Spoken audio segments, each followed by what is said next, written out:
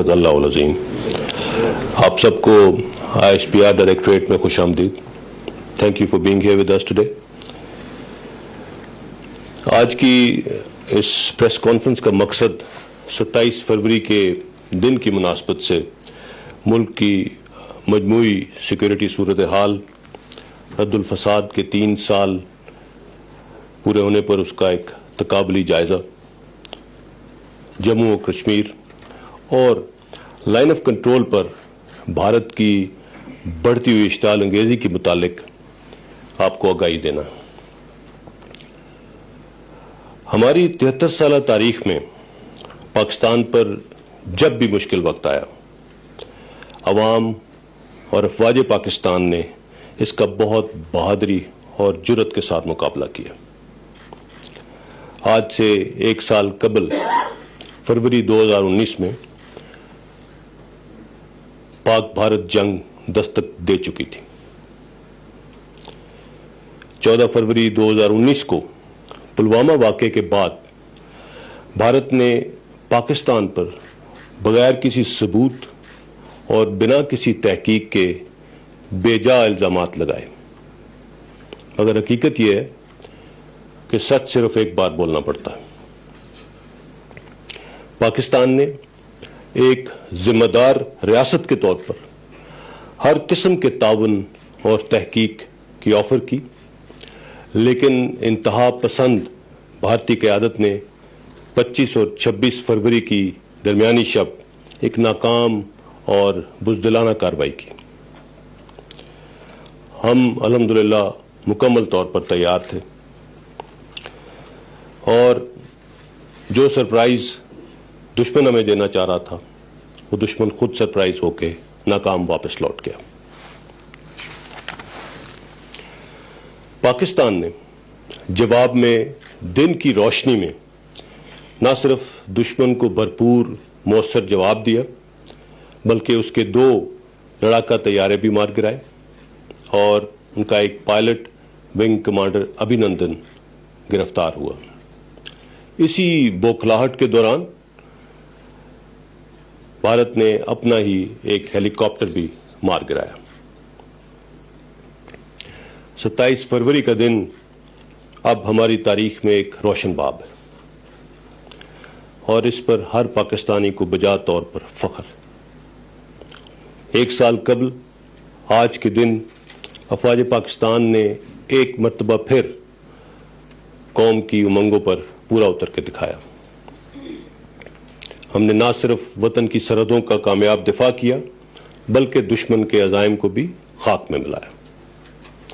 آج کا دن ان تمام شہداء کے نام جنہوں نے 1947 سے لے کر آج تک دفاع وطن کے لیے اپنی جانوں کا نذرانہ پیش کیا. ہم ان تمام ماؤں، بہنوں، بیٹیوں اور شہداء کے لواحقین کو سلام پیش کرتے ہیں جنہوں نے اپنے پیارے اس وطن کے تحفظ پر نچھاور کر دی. تمام غازیوں کی بہادری کو خراج تحسین پیش کرتے ہیں جو دفاع وطن کے لیے دشمن کے سامنے سیسا پلائی ہوئی دیوار بنے لڑ رہے ہیں. آج کا دن یوم تشکر بھی ہے اور یوم عزم بھی. یوم تشکر کہ اللہ کے فضل و کرم سے افواج پاکستان قوم کے غیر متزلزل اعتماد پر پوری اتری. اس عزم کے ساتھ کہ خطرات اندرونی ہوں یا بیرونی، جنگیں حب الوطنی، عوام کے اعتماد اور سپاہ کی قابلیت پر لڑی جاتی. عزت اور وقار کی کوئی قیمت نہیں.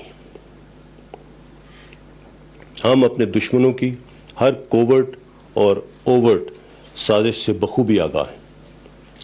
پاکستان کی مسلح افواج ہر میدان میں تمام خطرات کے خلاف دفاع وطن کے لیے ہمہ وقت تیار ہیں انشاءاللہ.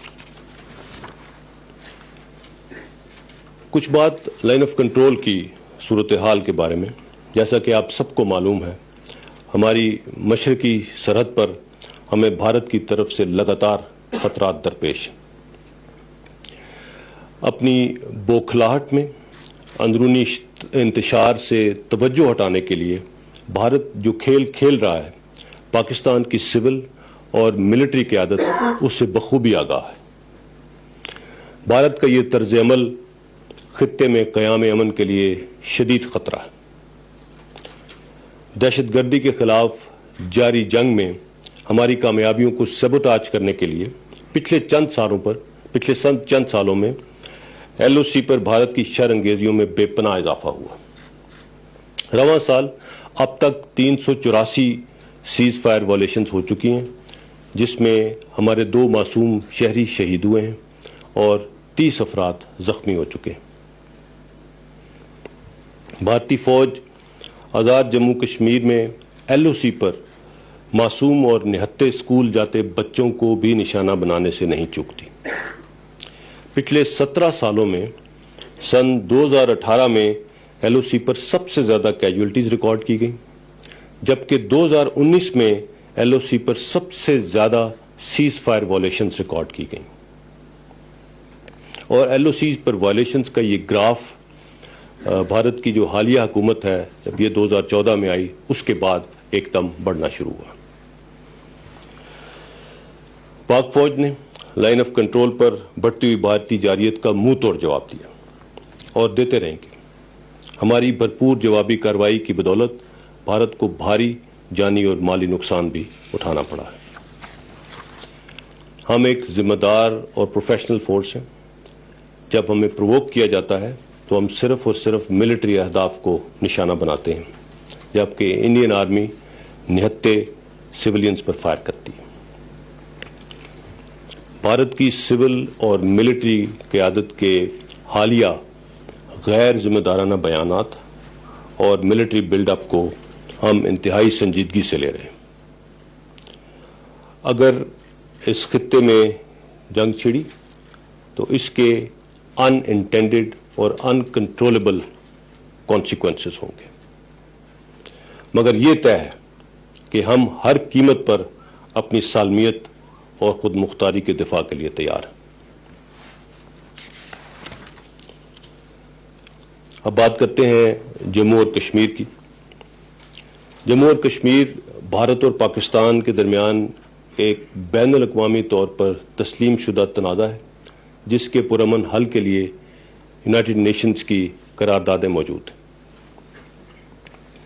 بھارت نے 1947 میں ہندوستان کی تقسیم اور پاکستان کی حقیقت کو آج تک دل سے تقسیم نہیں کیا، اور بھارت کی موجودہ قیادت اس بات کو کئی مرتبہ دہرا بھی چکی ہے۔ بھارت نے 73 سال سے مقبوضہ کشمیر میں ظلم و ستم کا ایک نہ ختم ہونے والا سلسلہ جاری کر رکھا۔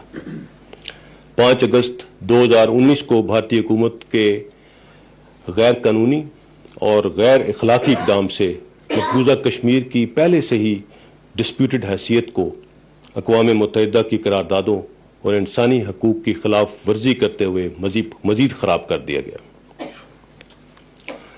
گزشتہ 207 دنوں میں مقبوضہ کشمیر کے عوام پچھلے 73 سال سے جاری ظلم و ستم کی انتہا پر ہے۔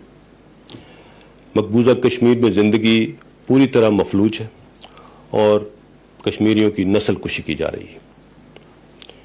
ایک کمپلیٹ کمیونیکیشن لاک ڈاؤن کی سچویشن ہے۔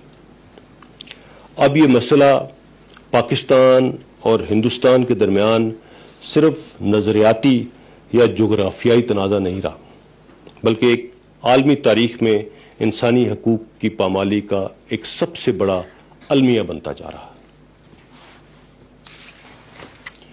جینوسائیڈ واچ، انسانی حقوق کی تنظیموں اور انٹرنیشنل میڈیا نے شدید لاک ڈاؤن کے باوجود بھارت کی اس ریاستی دہشت گردی کو دنیا کے سامنے بے نقاب کیا۔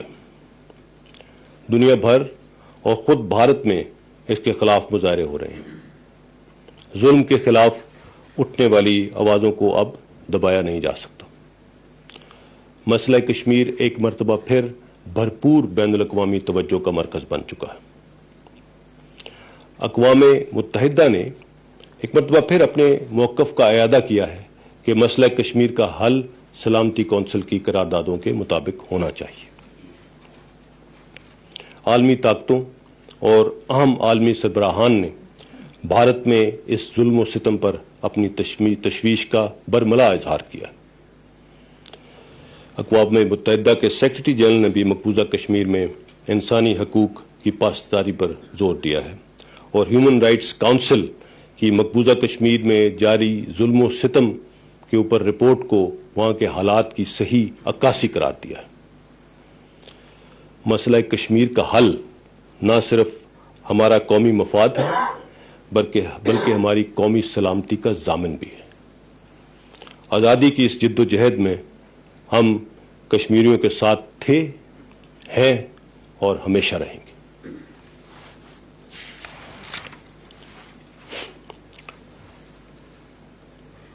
اب میں بات کروں گا دہشت گردی کے خلاف جاری جنگ جو ہم نے پچھلے 20 سال میں لڑی ہے، اور آپریشنل رد الفساد کے بارے میں۔ پچھلے 20 سال میں افواج پاکستان، پوری قوم، قانون نافذ کرنے والے ادارے اور ہماری انٹیلیجنس ایجنسیز نے دہشت گردی کے خلاف ایک کامیاب جنگ لڑی ہے۔ ہم دنیا کا وہ ملک، وہ قوم اور وہ افواج ہیں جس نے نہ صرف دہشت گردی کا بھرپور مقابلہ کیا بلکہ خطے اور عالمی امن کے لیے بھی اپنا بھرپور کردار ادا کیا۔ دہشت گردی کے خلاف جنگ میں ہم نے جن ایریاز میں کام کیا اس میں سب سے پہلے کائنیٹک ڈومین۔ اس ڈومین میں 1200 سے زیادہ چھوٹے اور بڑے آپریشنز کیے گئے۔ ملک بھر میں 1.5 لاکھ سے زیادہ انٹیلیجنس بیسڈ آپریشنز ہوئے۔ دہشت گردوں کے ٹریننگ سینٹرز اور مراکز کو تباہ کیا گیا۔ 17,000 دہشت گرد ان آپریشنز کے دوران مارے گئے، اور 450 ٹن سے بھی زیادہ بارودی مواد تحویل میں لیا گیا۔ اس کے علاوہ لافیئر اور لیگل ڈومین کی اہمیت کو سامنے رکھتے ہوئے بہت اہم قانون سازی عمل میں لائی گئی۔ جہاں تک ہماری سپورٹ ٹو انٹرنیشنل کمیونٹی کا سوال ہے، ان آپریشنز کے دوران 1000 سے زیادہ القاعدہ کے دہشت گرد پکڑے یا مارے گئے۔ ہم نے 70 سے زیادہ ممالک کے ساتھ انٹیلیجنس شیئرنگ کی اور کئی انٹرنیشنل نیٹ ورکس کا خاتمہ کیا۔ آپریشن رد الفساد اسی طویل جنگ کی حالیہ کڑی ہے، اور اب اس کو 3 سال مکمل ہونے کو آئے۔ رد الفساد ایک بہت مشکل آپریشن اور دائمی امن کے لیے اہم ترین مرحلہ ہے۔ رد الفساد کی اینڈ سٹیٹ کیا ہے؟ A stable, peaceful and normalized Pakistan. دہشت گردی کے خلاف جنگ ایک ہارڈ ارنڈ سکسیس ہے۔ اس کے دوران ہم نے اپنے ملک میں 46,000 مربع کلومیٹر ایریا دہشت گردوں سے آزاد کرایا، ریاست کی رٹ کو بحال کیا۔ آج وطن عزیز کا کوئی ایسا کونا نہیں ہے جہاں پہ سب سے لالی پرچم نہ لہرا رہا ہو۔ ہم نے اس کامیابی کی بہت بھاری قیمت ادا کی۔ 80,000 سے زیادہ قربانیاں دی ہیں، اور معاشی طور پر $180 بلین سے زیادہ کا نقصان برداشت کیا۔ آج اس سکسیس کی بدولت قبائلی علاقوں کا خیبر پختونخوا میں ضم ہونا اور وہاں سول ایڈمنسٹریشن کی عملداری امن کی جیت ہے۔ پاکستان کی انٹرنیشنل ریلیونس مخالف قوتوں کی ہزارہ کوششوں کے باوجود نہ کم ہوئی ہے نہ کم ہوگی۔